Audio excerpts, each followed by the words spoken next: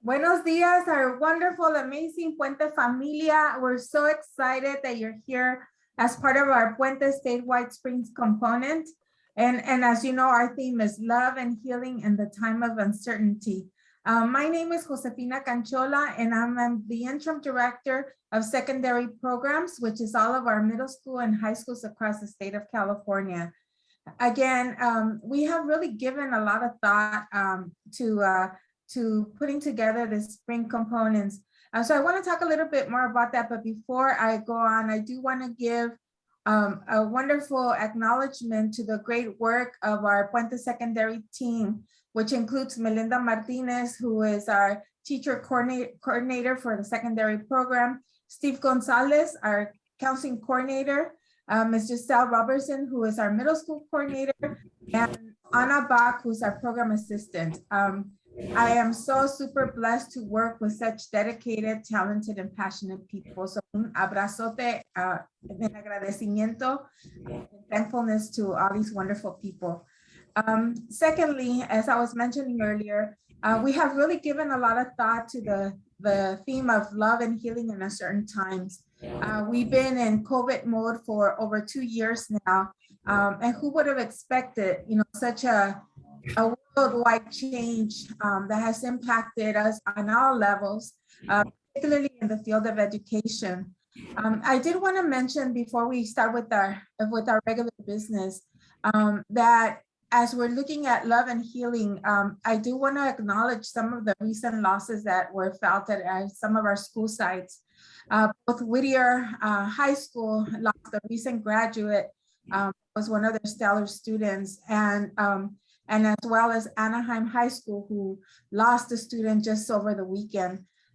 So our hearts go out to those teams who had put so much effort into these students and working with their families. And in particular, this young woman that passed away at Anaheim, she was one of their seniors that was just one of the star Puentistas. So to those teams, and for those of you that might have had losses that we're not aware of, just know that, we're here to support you, that our hearts are with you, and that our prayers are with you as well. So in memories of those students that we've lost, and some of you that have lost family members, nuestro corazón goes out to you. I'm pausing for a second so we can get our spirits back together, and so we can now start like our formal business. Again, I wanted to welcome all of you and for sharing this space and time.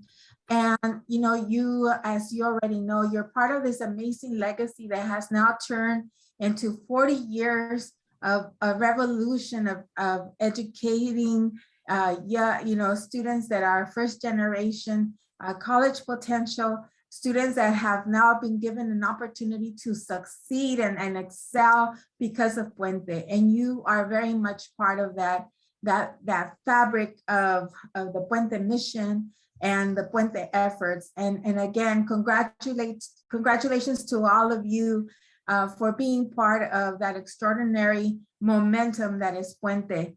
We have now been serving Puente serving California students for 40 years. So aplausos to everybody. We will have ongoing celebrations, and that will be more to come. As we move forward, we also have a big day today, and it is our annual Big Give effort, which is our fundraiser for scholarships, for Puente scholarships that will be going out to our high school students and our community college students. Last year, we were able to raise $12,500 that went out in over 40 scholarships for our students. This year, we're doing again our one-day campaign, which starts at 9 p.m. to 9 a.m. to 9 p.m. And again, we've been very, very wonderfully supported by a donor that is matching us dollar per dollar. So your contributions can actually have double the impact. We really urge you to support us.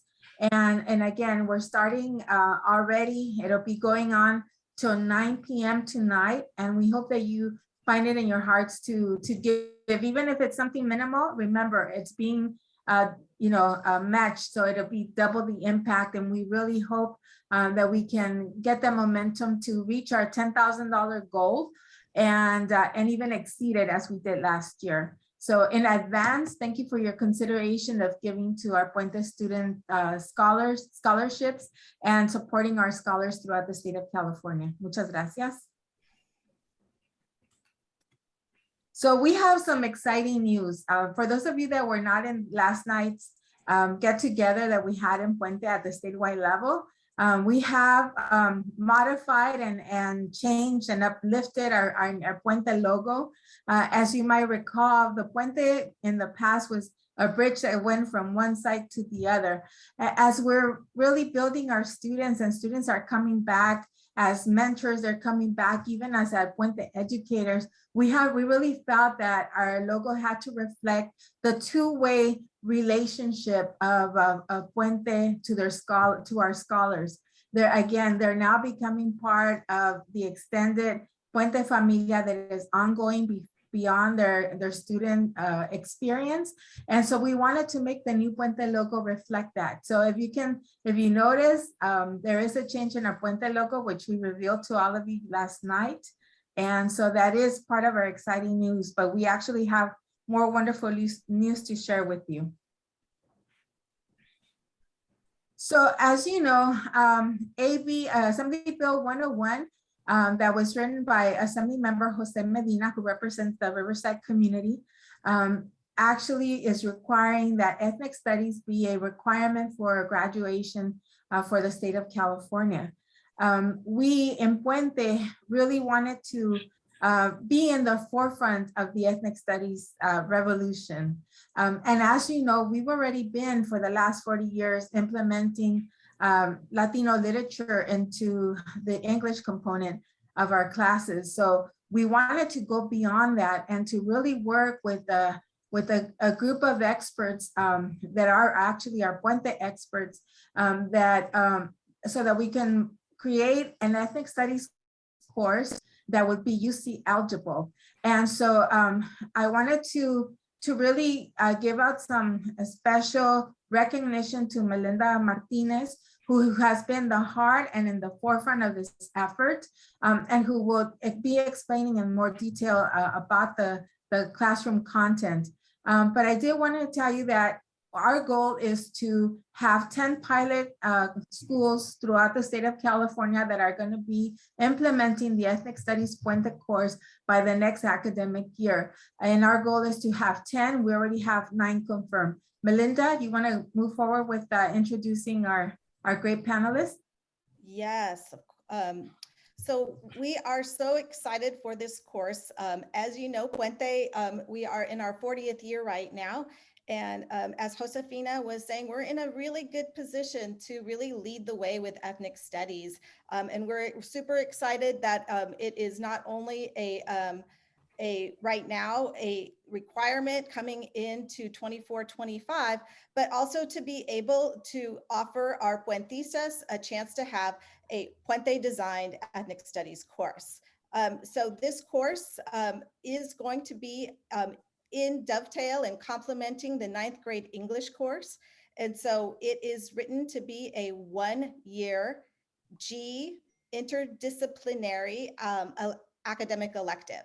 And so right now, as Josefina explained, we are starting with 10 pilot sites, and some schools have already implemented Puente ethnic studies. And so we're really looking to their leadership as we've been creating the course. Phase 2 of this, these teachers will go to PSI. They will be part of the Puente team.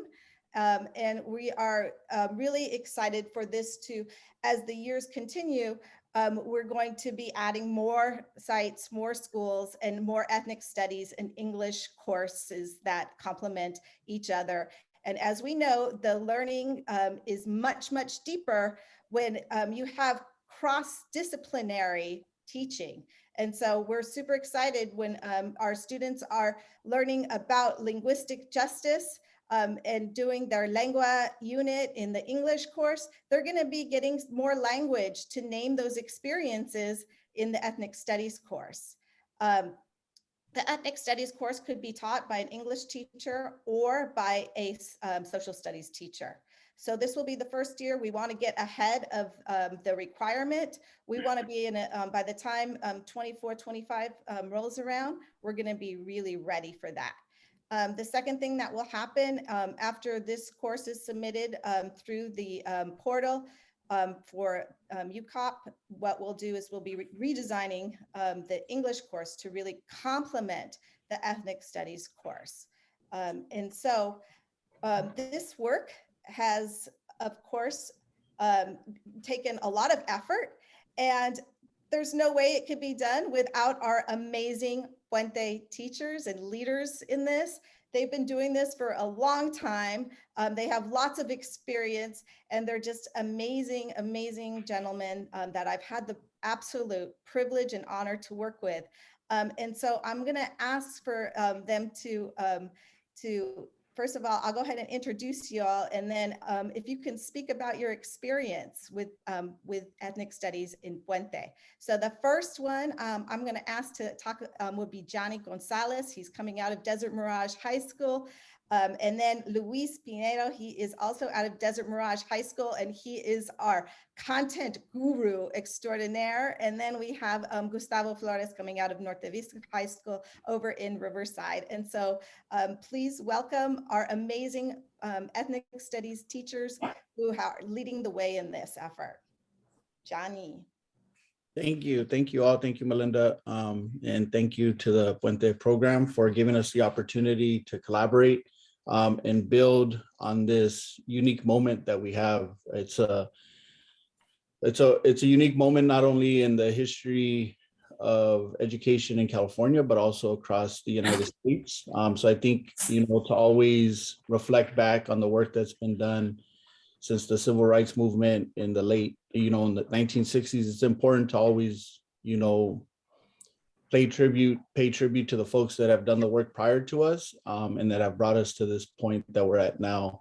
I think for us, it's been a great experience. For me, it's been a really positive experience in terms of working collaboratively with everyone in the space and building a curriculum that we feel that is not only going to empower our students, but also provide them the academic tools to be successful at the next level in their educational journey.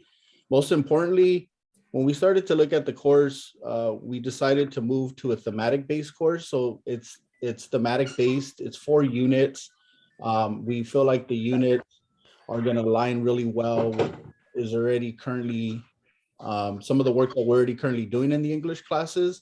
So I think it's going to be really complementary to that work. So we're really excited about where we're moving forward. It's been a really good and positive experience with what we've been doing so far. So I'm appreciative of the opportunity to work side by side with everybody at the Puente office, and then of course with my colleagues, Luis and Gustavo. Thank you. Thank you, Johnny. Hi, everyone. My name is Luis Pinel. This is my first conference, I think, that I've had with Puente, so I'm very excited about that. Also, I'm very appreciative, like Johnny is saying, for the group and what we've been working on.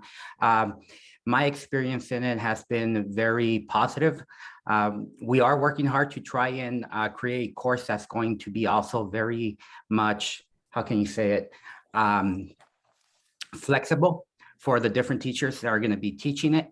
So I think that's something that's been very important for us, because depending on who's going to teach it, it's going to have to be flexible for us to be able to get it working in each school that it's going to be in, which is very different depending on the teacher capital that you might have there, and also the support that you might have there. So it's been a great experience for me. I'm very happy to be working with this team, and I'm looking forward to the work that we're going to continue doing and trying to serve everyone's needs. And so, gracias a todos. My name is Gustavo Flores, and I teach at Norte Vista High School. I'm the coordinator. And like Johnny said, I have navigated both spaces. I teach Chicano studies. I've taught it for like 9 years. I've been teaching as a literacy, English teacher for about 21 years. I also adjunct at the community college. So, so one of the things that I really like about the curriculum is that it is thematic based. And so it's really going to empower both the history teacher and the literacy teacher. I'm also practicing some of the things too, so that when we do implement this, hopefully I will be able to share some of my practice in my Chicano studies class. So I'm really excited to do this work. I've been part of a lot of social justice conferences and part of the Ethnic Studies Now IE movement. And so I even wrote my dissertation on how Puente creates inclusive spaces using Tara Yoso's community cultural wealth and Laura Rendon's validation theory, who you guys are going to hear today. So I'm really excited to do this work. And I just like to even be talking about it right now is just really exciting. So I'm always here to help in any way. Any teacher, you can always reach out to me. Thank you. Right, thank you so much. I'm going to go ahead and turn it back to Josefina, and I know administrators will have a chance to talk a little bit more deeply in the administrator session about this, and you know, teachers and counselors are always welcome also to reach out and talk more about this effort with Puente. I'm going to turn it back over to Josefina, and we have some more exciting news. Yes, thank you, Melinda. And again, I just want to underline the great work that Melinda, Johnny, Gustavo, and Luis have been working on in terms of the ethnic studies. We want to be in the forefront of the state, and they're helping us get to that goal. I did want to mention that Gustavo is also a Puente alum. I don't know if some of you know this or not. He's one of our alums from our Riverside Community College program. So again, this is a perfect example of it all comes back around. And so thank you to our masterminds in putting the ethnic studies curriculum together. So next, we have a really wonderful and exciting news. We are going to be sharing with you that we are giving each and every one of our high schools and middle schools an opportunity to apply for an equity grant. Each grant will be in the amount of $10,000. You heard it. You heard it right. Can you mute it? Thank you. You have heard right. We are offering you an opportunity to get $10,000 over a 2-year period, starting in the academic year 22-21 and 22-22, which is this year, and to work some of that money over to next year to supplement, and I underline supplements, the funds that you're receiving for your projects at your campuses from your districts and from your school sites. This is not in lieu of, this is to supplement some of your activities. The activities will include that are eligible for this grant are field trips, special activities for your Puente clubs, learning materials to buy, purchase merchandise, and you know, all of those great things that you've been wanting to do but didn't have the funds to do it. This will give you the opportunity. And this is the timeline. So from March 31st, we will be having the application deadline. So if you look at the QR code, you are now, you know, can pull up the application. The application again, March 31st. And then we will be reviewing each application individually. And then the sites will be receiving the money by May of 2022. So by May, just in a few months, you'll be receiving the funds. So again, you know, the other requirement is that by March 31st of 2023, which is a year from now, that we want to see some progress. And then also with Flyer para ver y how you're gonna be utilizing those funds. So get creative. You know, everything that you've been dreaming about doing that you have not been able to afford to do, you're having this opportunity to do it. So again, you know, each and one of you has that opportunity. It really translates to a huge investment from Puente. We're investing $440,000 of our funding for these equity grants. That's a chunk of money. You know, that's almost of $250,000 that we opted as a program to, instead of using it from other areas of our programming to invest it directly as a support to your sites. And we're trying to make the application process very simple. We simplified it as much as possible, while at the same time making sure that we do have accountability for the money. Okay, so work with, I will go into more details with your administrators in our administrator sessions in a little bit. But again, you know, this is our way of supporting your efforts. So, you know, go get them, apply. And we hope that we get, you know, an application from every single one of our school sites. Okay, I wanted to move us over to our wonderful keynote speaker. And we are so fortunate and blessed to have Dr. Laura Rendón as our keynote speaker. And as you know, Dr. Rendón is a nationally recognized student advocate, a scholar. She is a profesora from the University of Texas in San Antonio, and has done a lot of her current research focuses on retention, graduation of low-income students, and first-generation college-going transformation. Yeah, pueden hablar con yo. I'm sorry, can you put the can you put yourselves on mute so that we don't get presenting our speaker? Thank you. Okay, so Dr. Rendón earned a PhD in higher education administration from the University of Michigan in Ann Arbor. She holds an MA in counseling and guidance and psychology from Texas A&M, University of Kingsville. She earned a BA in English and journalism from the University of Houston and holds an Associate of Arts degree from San Antonio College. She also attended Laredo Community College. So she has had the same trajectory that many of our Puentistas in terms of her success. She is one of the most well-known educators in terms of her expertise in working with social justice, with wholeness in terms of approaching working with students and racial and ethnic diversity in higher education. And more than anything, she is a Puente friend and madrina. So without further ado, my honor, our honor as a Puente familia is to welcome Dr. Laura Rendón. Muy bienvenida, Dr. Rendón. Muchas gracias. So let me get in here and share my screen. Thank you for that wonderful introduction, Josefina. And it's such a pleasure to be with Puente once again. Can everybody see that? Yes. Okay, fabulous. You know, Puente always has a special place in my heart.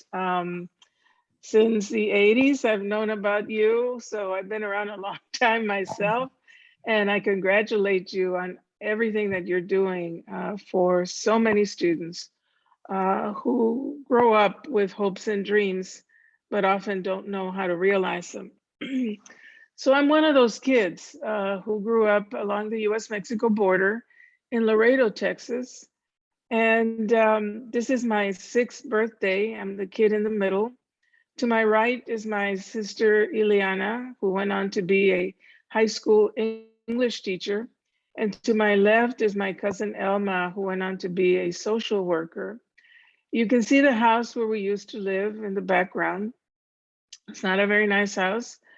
And so as all of us know here, and I'm speaking to people who really understand students, and I'm, you know, I give many talks, but to most of them, they don't understand what you and I understand.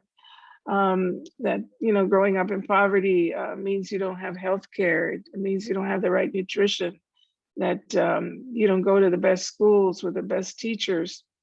But yet, so many of us make it through, and we're survivors. We have so many strengths that I'm going to talk about in just a few minutes. But I wanted to start a little differently this morning with what I call a moment of collective presence. There's so much going on in the world right now. You were mentioning the losses that Puente has experienced. Yet we have losses throughout the world, in Ukraine and other places. And our hearts go out to all of them, because I've come to believe that we're all connected and we're all in our different spaces right now, but something brings us together. In the Mayan culture, there's a beautiful term called Inlakesh, I am another you. The Lakota tradition, they speak about all my relations. They speak about the unity of our existence. In the African culture, they have a term called Ubuntu, which is about being connected to others. I am who I am because of you. And then in the Islamic tradition, there's an Arabic word called alameya, and it refers to witness, to being connected, to being with others, witness, a beautiful term. So as we enter this space of healing and love and connection, let us think of ourselves and also others as we are connected together.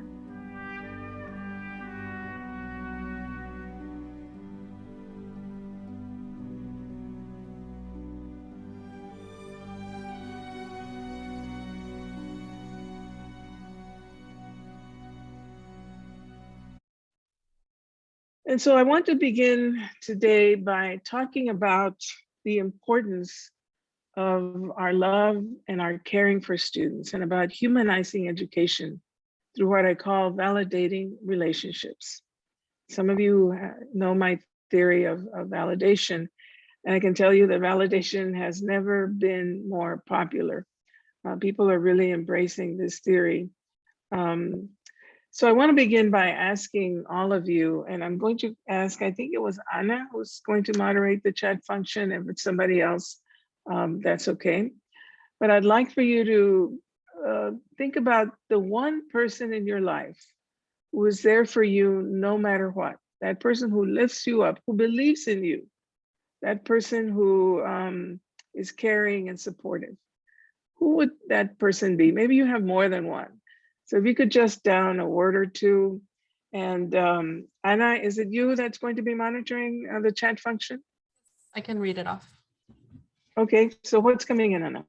My mom and Dr. Romero, my sister and my dad, my mom and husband, my tia, grandpa, wife, family, parents, spouse, friend, Puente, my mother's and sister's husband, my children, my mom, my abuelita, my first partner teacher, my dad and my hubby, my mom and husband, my best friend Maggie and my husband, my sister, mother, siblings, parents and wife, my kids on a good day, mi comadre, my grandmother, best friend, my wife and Siberian Husky, Marlo.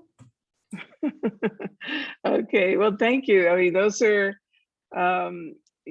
pretty much when I ask this question, those are the similar answers. Oftentimes it's our family members, the people that are close to us, that are strongest validating agents. But then of course there are teachers and mentors and lab instructors and our friends who serve as our validating agents. Basically validation, it all boils down to meaning that we take the initiative, us, faculty, counselors, mentors, advisors, parents, community members, we take the initiative to let students know we care about you. We've got your backs. We believe you can do this. We believe you belong in college. But unfortunately, many students are experiencing the other side of validation, which is invalidation. Students are going to need assistance to find a sense of belonging, because right now, especially now, we've gone through a very tough time in our lives, a period of time where no one could fathom that we would ever find ourselves in. We're stressed, we're overwhelmed, we're afraid. So now is particularly the time when we need this care and this support, this validation from others. Because we have to know that some students, they don't have a lot of validating agents. And in fact, they've experienced the trauma of invalidation. They've been told, you know what, you're not good enough for college. They've been shamed in school when they've asked a question. They've been told they won't succeed. They don't feel welcome in college or in school, and they experience racism and discrimination. And sometimes when they step into our campuses, what they see, the people, the assignments, the artifacts, they don't reflect who the students are. So here are some examples of validating statements and validating school cultures that we can use as we work with our students. Telling students, and I think Puente does this par excellence, when advisors and counselors meet with students, telling students, other students, they're like you, they're succeeding. I think you can do this.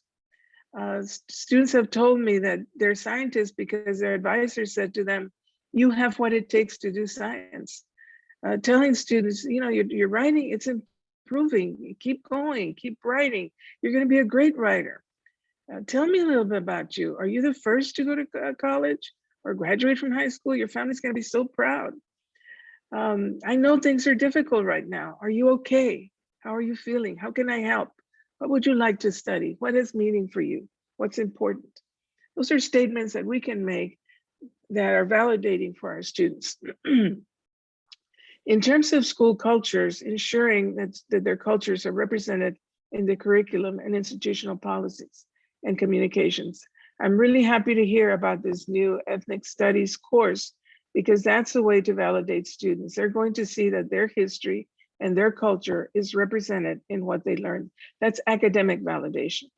Ensuring that the students can see faculty and counselors and administrators who look like them, that the climate fosters a sense of belonging, that speakers and events reflect their cultures. I'm not going to read through all of those, but you can see the importance of both us reaching out to students, but also the school having a culture, an institutional climate that reflects who these students are and that fosters a sense of belonging and community. So my dear friend and colleague, Daniel Solosano, and his colleagues published an article that I found very, very interesting. And it's about what they call micro affirmations. And they got the idea from reading the memoir of Henry Louis Gates, who was an African-American scholar at Harvard and does a PBS series on ancestry. And it seems like Dr. Gates' daughter was asking him, why are you always speaking to Black people? You don't even know them. And he wrote a letter to his daughter, Lisa, about his experiences in France. And he was having coffee. And as he was having coffee, some Black, actually it was in Italy, some Black Italians would go by, and they didn't know each other, but they smiled, they nodded, they glanced at him, and basically let him know that somebody recognized who he was. And so he said, this is the reason that I speak to other Blacks, because it's a way of us affirming each other. It's a way of us recognizing ourselves. And so these are small, everyday ways that we can affirm the dignity and humanity of those that are around us. For example, asking students, how are you doing? Especially now, that can go a long way. A smile, a nod, a wave of a hand, a hug, a compliment, a note, a letter, email. I'm sure you can think of other ways that we can offer these micro affirmations for students that are so validating.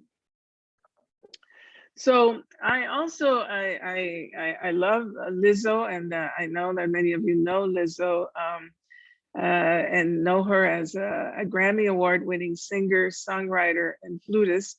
She was Time Magazine's 2019 Entertainer of the Year. Immensely popular and very, very, very successful. So I was watching one of my favorite programs, CBS Sunday Morning, and they had an interview with Lizzo. And they asked Lizzo to talk a little bit about who in her life she would say can be attributed to her success. And lo and behold, Lizzo mentions a Latino, Manny Gonzalez, her school band director. And Manny Gonzalez is the person that Lisa mentioned as having the most influence in getting her started in her career. So here's a little bit of Lizzo meeting her mentor and who I call her validating agent, Manny Gonzalez. He was like, we brought him back.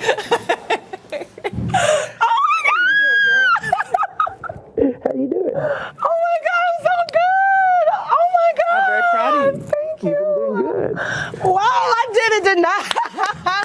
You told my ass, you were like, get it together, girl, because you are special. Apply yourself. Those moments meant so much to me. Hi. He was like, so there's what I mean by validation and how far validation can take a student. When we take that opportunity to reach out to them and say, you know, I believe in you. Manny Gonzalez saw in Lizzo when she was in high school what perhaps Lizzo did not see in herself at that time. And look at how she's grown and how enormously successful she's become.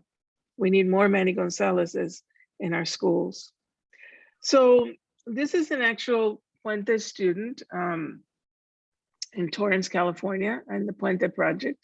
And I asked this student, you know, there are some faculty, some teachers who believe that if we help you, it's going to make you weak, that we should just not offer any of our help because it's your responsibility to move forward, not ours. And I asked the student, what would you say to faculty who say those things about students like you? If I can find mine. If we look at the overall picture of it, I think that not trying to categorize anybody, but I just think that the majority of that faculty would be initially more either in the high class than in the lower class, where you would probably find most of us, you know. So they do not know the circumstances that we are having or have in our lives, so they pretty much look at themselves and they don't feel what we have been through. That's why for them it will be easier to say, why should I help you? Well, why couldn't you?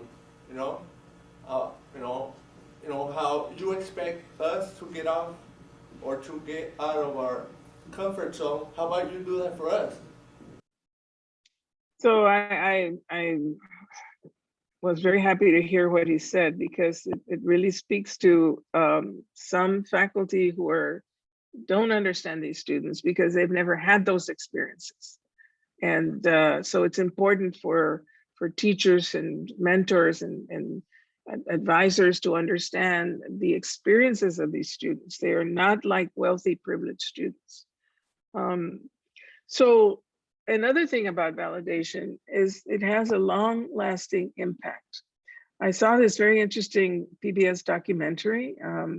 It's about Dr. Victor Rios, who grew up in the projects in California and became professor of sociology at UC Santa Barbara. Dr. Rios was one of these kids who you would think is not going to make it. And he had a few people who came into his life when he lived in the projects who validated him.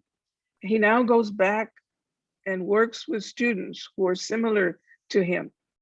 And he feels a little guilty because he goes back to Santa Barbara, but then he realizes that even though he's left, whatever he does will live in these students, just like the mentors who helped him live in his life. Here's a little bit about Dr. Victor Rios.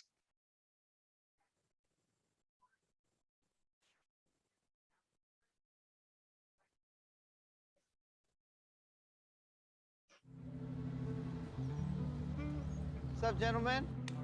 Good, how are you guys doing? This project, sort of thinking about what I could really contribute. I mean, I show up and I create this little facade for the kids. Believe in yourself, believe in yourself, believe in yourself. And then what? Vamos, muchachos.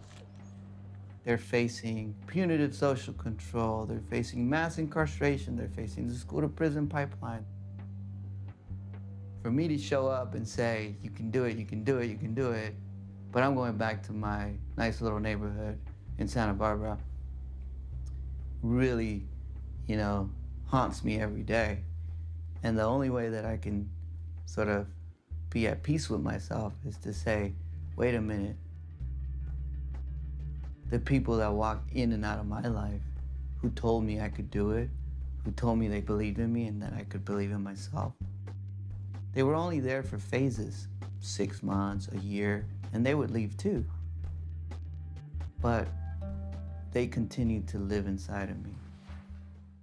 They continue to live inside of me. And that's the power of validation, that this may have happened 15, 20 years ago, but if it came from nuestro corazón, if it came from an authentic way of working with students, the students will know that the meaning of that, the deep meaning of that, and it will live in them for a long, long time. So I want to ask you now, what do you believe are some of the challenges that your students are facing right now? What are they facing right now? You could just jot down a word or two, and Ana, whenever comments come in, feel free to read off some of them. Okay. What are the challenges? Anxiety, homelessness, mental health, uncertainty, financial struggles, fear of failure, food poverty, mental health, abuse, financial insecurity, distraction, family illness, don't feel validated, depression, identity, sexual identity, school schedule, grief, lack of motivation, trauma, broken homes, fear of not helping family, family loss, loneliness, their future, homelessness, self-esteem, bullying. Yeah, those are very, very, very tough issues. And that's why it's important to establish these relationships with our students, these validating relationships. There's a beautiful poem. It's called Cry Out in Your Weakness. And it's by Rumi. And he talks about a dragon that was pulling a bear into its terrible mouth. And the courageous man went and rescued the bear. And there are such helpers in the world who rush to save anyone who cries out. Like mercy itself, they run toward the screaming, and they can't be bought off. And if you were to ask one of those, why did you come so quickly? He or she would say, because I heard your helplessness. Because I heard your helplessness. And so here's something else that I've learned about validation. It has some healing aspects because we are reaching out to those students who have been abused, who have food insecurities, who live in their cars, who are dealing with issues related to sexual identity and so on. It's about reaching out and hearing their helplessness, reaching out to work with an open heart, and offering mercy, compassion, and care to our students who are broken, because this is pure love, tenderness, compassion, and empathy. Working with students, not just as students, but as human beings. Let me say a little bit about what I call ventajas y conocimientos, strengths and knowledge, working with an asset-based framework. What do you consider to be your students' main strengths? If you could post some answers about that. When you think about your students, what are their strengths? What do you think are their strengths? So Ana, anything coming in? Resiliency, tenacity, empathy, anxiety, bravery, persistence, strength, courage, hope, being outspoken, giving back, their love for each other, adaptability, compassion, ganas, compassion, Excellent. kindness. Okay, excellent. We've done some research with students and we have identified some of the assets, and a lot of them are basically what you've said. And it's important to recognize that these students have strengths because oftentimes our communities are viewed as weak, as not having anything going for our communities, and that students don't have anything going on for them. So some of these strengths are listed here. They're aspirations. It certainly was something that kept me going. I wanted to be a teacher when I was in high school, and I had the sponsor of the Future Teachers of America come and tell me that I would never be a teacher. Talk about invalidation, because I had made an F in chemistry that 6 weeks. She never asked why. And the reason was that I couldn't walk to school for weeks because I had sprained my knee so badly that I couldn't walk. And my mother didn't have money to take me to the doctor. That's why I had failed. But she never asked and basically tried to kill my dream of being a teacher. The family, they offer consejos, respeto, testimonios, educación, giving back, a phenomenal asset. Students want to earn their high school diploma and ultimately a college degree. But it's not just for personal gain or to hang it on the wall. They want to make this place a better place to live. They want to serve as role models for their brothers and sisters. They have curiosity. They resisted poverty, racism, sexism, homophobia. They have navigational competence, ability to, work in diverse contexts. They have what Jaime Escalante in the film Stand and Deliver calls ganas. They want to do this work. They want to finish school. They want to go to college. They have social ability. They create networks with others.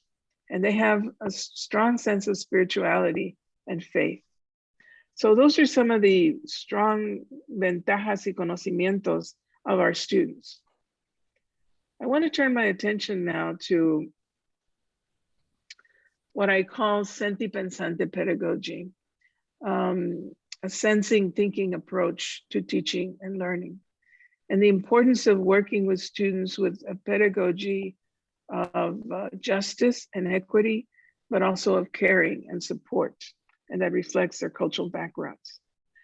So I published this book back in 2009, and it's gained quite a bit of popularity.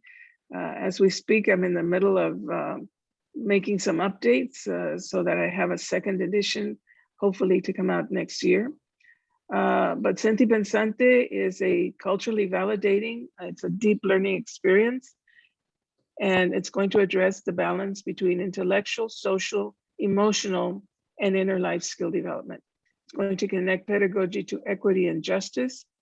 And to foster deep learning, we're going to use what I'm now calling prácticas de conocimiento, such as spirits of silence, music, poetry, arts-based projects, testimonio, etc. I'm going to give a couple of examples of what I call senti pensante, sensing thinking pedagogy. The first one is my dear friend Norma Cantu. She teaches English at Trinity University in San Antonio. A lot of Norma's students are afraid of writing. They've been told you can't write. So she knows she has to start these students out with something that liberates them from that invalidation that they have received. And so she does something different with her students. She uses these prácticas de conocimiento, the use of photographs through guided imagery, and having students write from their personal experience, or what is called autoethnography. Here's Dr. Cantu speaking about what she does.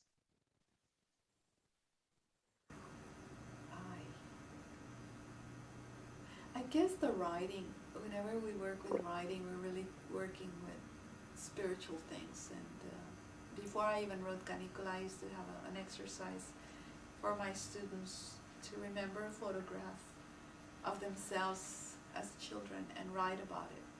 And I'm teaching description and commas, sentence combining and all this stuff. But I have them do these guided imagery exercises, and they write. And one student was writing it, and it gets very emotional because it's about themselves and their families and all that. But I guide them. We start with things that are more innocuous until we get to something that's more personal. And they wrote it and went home, and they take it home. They read it in their small groups. They take it home, revise, edit, and then turn it in for me to grade. And this one student came back, and her eyes were puffy, and she said, "I cried all night." she says, you have helped me to know my mother. How? I had asked them to write it. She went and the picture she remembered was of her mom and she with her siblings all huddled around her mother. And so she wrote about that picture, and then she started talking to the mother, and so no durmió. She was up working on that paper all night and came back the next morning and told me this and was so grateful. I can't say that I can't take credit and say I did it.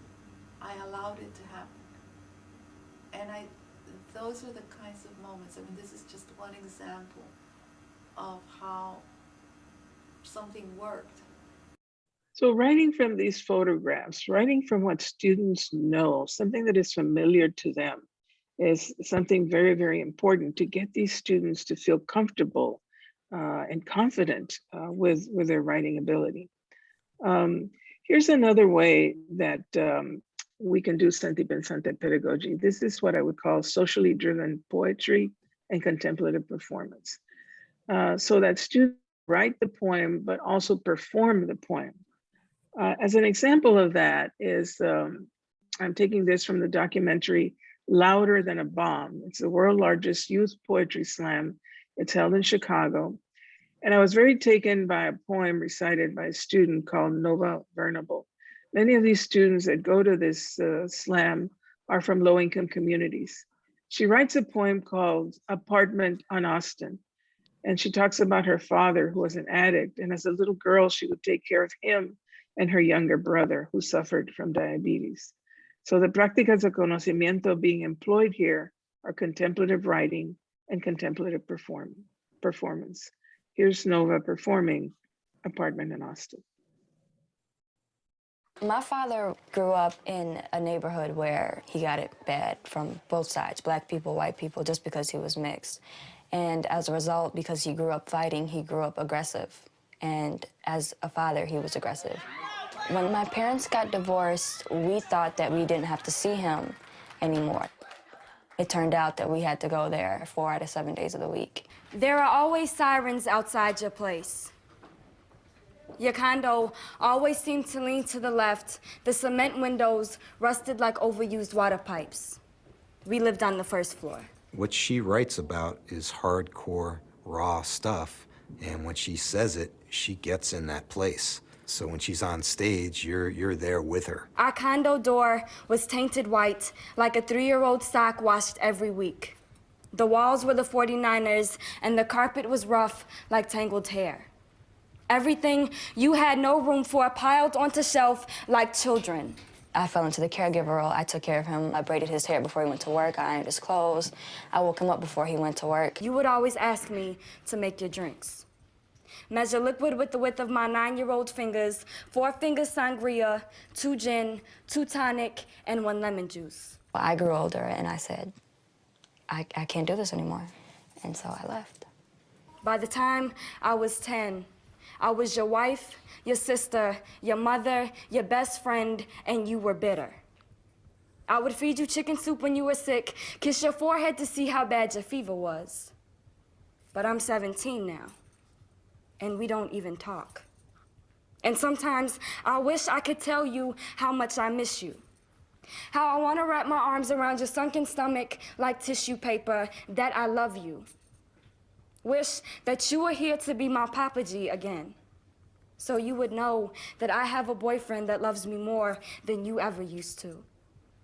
But I guess you're too busy rusting like cement windows to notice that your baby girl is a woman. And how my memory will fade like your 4 finger sangria, 2 gin, 2 tonic, and 1 lemon juice. My father and I haven't spoken since I was 12. And I feel like I've been trying so hard to just get rid of his memory. I just don't want to think about it anymore. So these students go through so many traumas and crises. And writing a poem like that can be very liberating for students. But one of the things that I truly believe in is that if we give students the opportunity to write from what they know, they can do this. They can be very, very powerful writers. One more example of sentipensante pedagogy. This is my friend and somebody I consider a mentor, Dr. J. Herman Blake, who teaches African American studies. He's now retired from Iowa State University, a powerful, powerful instructor. And the prácticas de conocimiento that he uses are audio narratives, photos, music, and reflection. Yes, Dr. Blake covers all of the material, all of the history, civil rights movement, the iconic figures, etc. But he told me that he wanted to have his students to go more deeply into what they were studying, to think more deeply, to reflect more deeply on the issues related to the history of the African American experience. I asked Dr. Blake to share with me a little bit about what he did in his class. So here he is. I use in the class some of my own material, my own research. I have them listen to, for example, when I talk about slavery, I have them listen to an interview done in 1968 with a woman whose mother was a breeder. And it was her mother's job to have babies. And this woman talks. She was the 15th child of this woman, born just after peace declared, as she put it. She was, I think, 94, 98 or something like this. And I have a picture of her, which I show along with the transcript. I want to tell you, you can't hear that and walk away without thinking. When I get to talking about terrorism and violence, I use about 6 or 7 slides from that book, Without Sanctuary. And I raise 2 questions. Why do they lynch people? And then I show the pictures of the crowds who came to enjoy the spectacle, including young children. And one student wrote an essay saying this course is not only about learning, this course is about thinking. And you think all the time. I use music because the music was used by the people to illustrate these points. So when they hear this woman whose mother was a breeder, I play for them the spiritual, Lord, how come me here? I wish I never was born.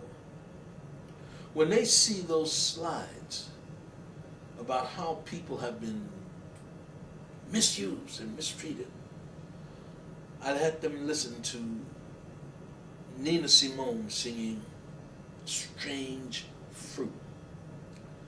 I just gave a lecture on the civil rights movement, and at the beginning of the 20th century, I had them listen to spiritual, Lord, I couldn't hear nobody pray, talking about the loneliness. So I was taken by his mentioning the book Without Sanctuary. It's not a pleasant book. It's a book about lynching photography. There's actual photographs of the lynchings that took place in the South. And they are horrific images. In fact, the New York Times said that the images give one a deeper and far sadder understanding of what it has meant to be white and to be Black in America and what it still means.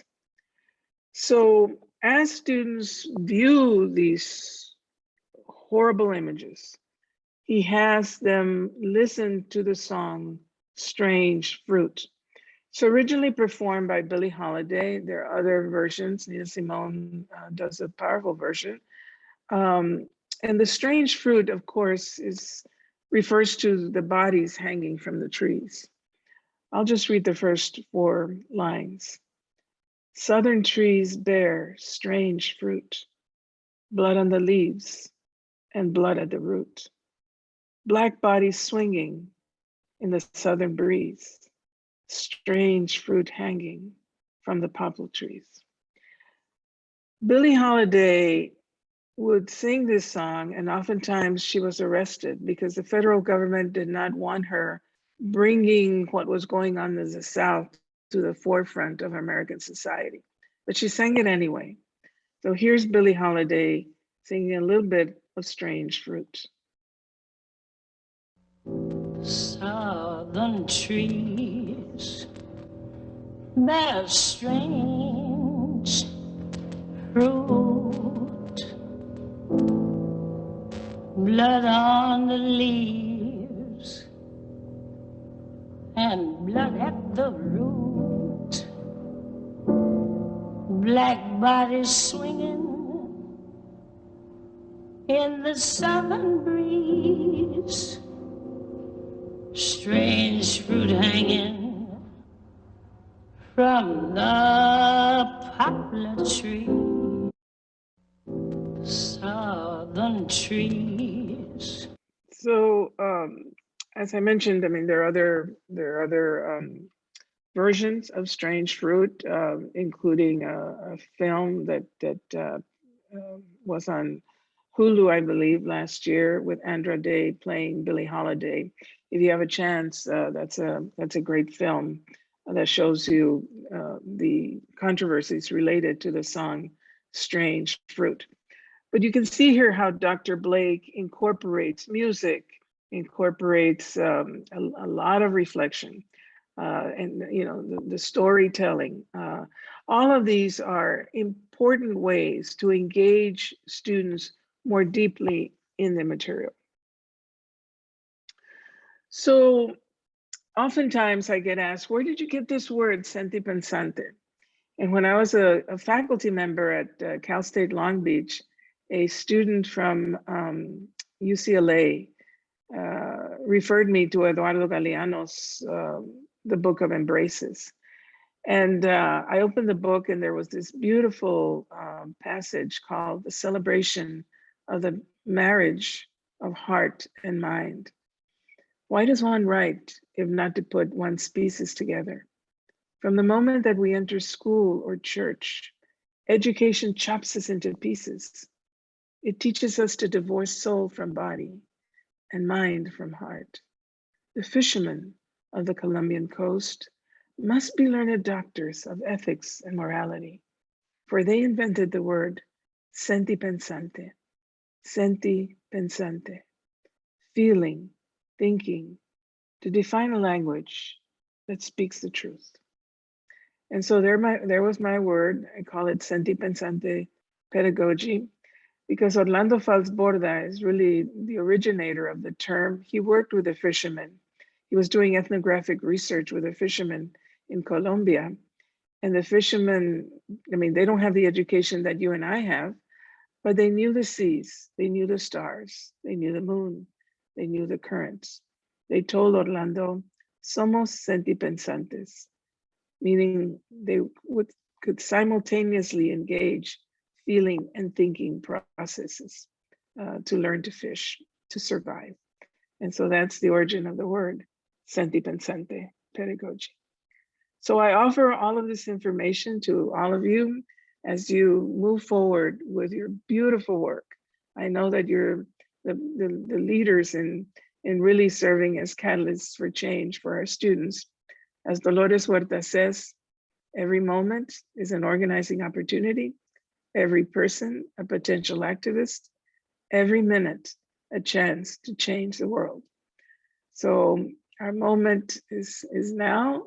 Our students are waiting for us to make a difference and to propel them to be all of the wonderful things that they can be. I want to thank all of you for the beautiful work that you do for our students, and congratulations on your new initiatives, especially. I'm very pleased to hear about them now.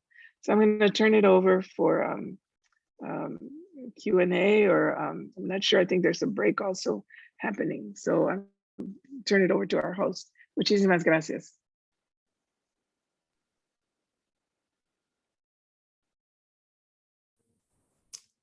So Laura, this is Julia Vergara. First of all, I want to say hello to all the secondary programs.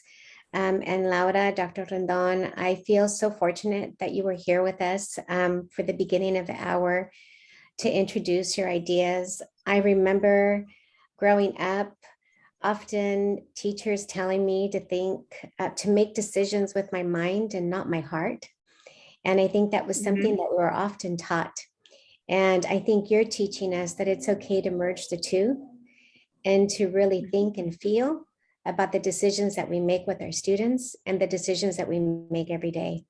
So what a powerful message. And I just really want to thank you for always being an advocate for students, for always supporting Puente programming and being here with us today. I'm going to just say, I hope that we continue to see us in the Puente spaces. I mean, to see you in the Puente spaces. I know that we love having you and we always learn something new from you.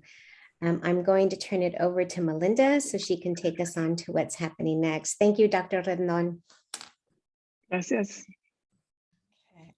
Well, I have to wipe my tears out of my eyes because that was incredibly moving. But thank you so much for that. And we will come back with you to speak a little bit more with the teachers after a 5-minute break. Meanwhile, administrators will be going into the administrator session and the counselors will be going into the counselor component, and the links are in the chat. And so we are two minutes behind, but we'll go ahead and take that full 5-minute break. And Laura, this song is for you. I do my hair toss, check And we do have a special treat for all of you. All the teachers and counselors will be Dr. Rendón's book in the mail. So I hope you enjoy it. Thank you. Thank you so much. Thank you. Teachers, we're going to stay here. We'll be back in 5. I know that it's hard, but you have to try. If you need advice, let me simplify. We don't love